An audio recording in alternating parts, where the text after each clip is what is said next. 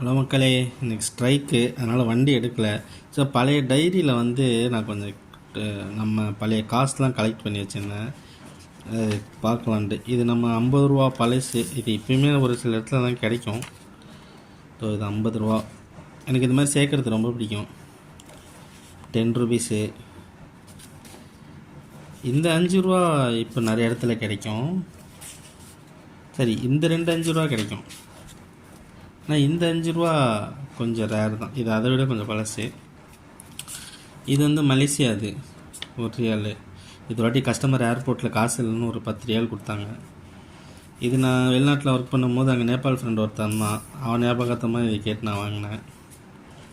இது சவுதி ரியால். இது சவுதியோட பழைய ரியால். இதுவுமே எனக்கு அங்கே வந்துச்சு. சரி, அப்போ ஞாபகமாக வச்சுக்கிட்டேன். இது வந்து துபாயோடைய 5 ரியால், 5 திரம்ஸு. இதுவுமே வந்து நான் டியூட்டி ஃப்ரீயில் வாங்கிட்டு மிச்சம் வந்துச்சு. சரி, அந்த ஊர் ஞாபகமாக கொண்டு வரலான்னு சொல்லிட்டு அதை எடுத்தேன். இது சவுதியோடைய 10 ரியால். இதுவுமே நான் செலவு பண்ணல, சரி ரிட்டன் போனால் தேவைப்படுமே எடுத்துகிட்டு வந்தது. இது வந்து யூரோ 10 யூரோ. இன்றைக்கி நம்ம ஊர் காசு 900 ரூபா வரும்னு நினைக்கிறேன். ஸோ இதுவுமே ஒருத்தர் ஞாபகத்தமாக வச்சுருக்கிறேன். அது என் ஃப்ரெண்டோடைய மாமா இங்கே வந்து இந்தப்போ அவர் வச்சு ட்ரிப்பு போயிருந்தேன். ஸோ வீடியோ பிடிச்சிருந்தால் லைக் பண்ணுங்கள். அது மாதிரி உங்கள்கிட்ட பழைய நோட்ஸ் எதனா இருந்தால் கொடுங்க, நான் வாங்கிக்கிறேன். தேங்க்யூ.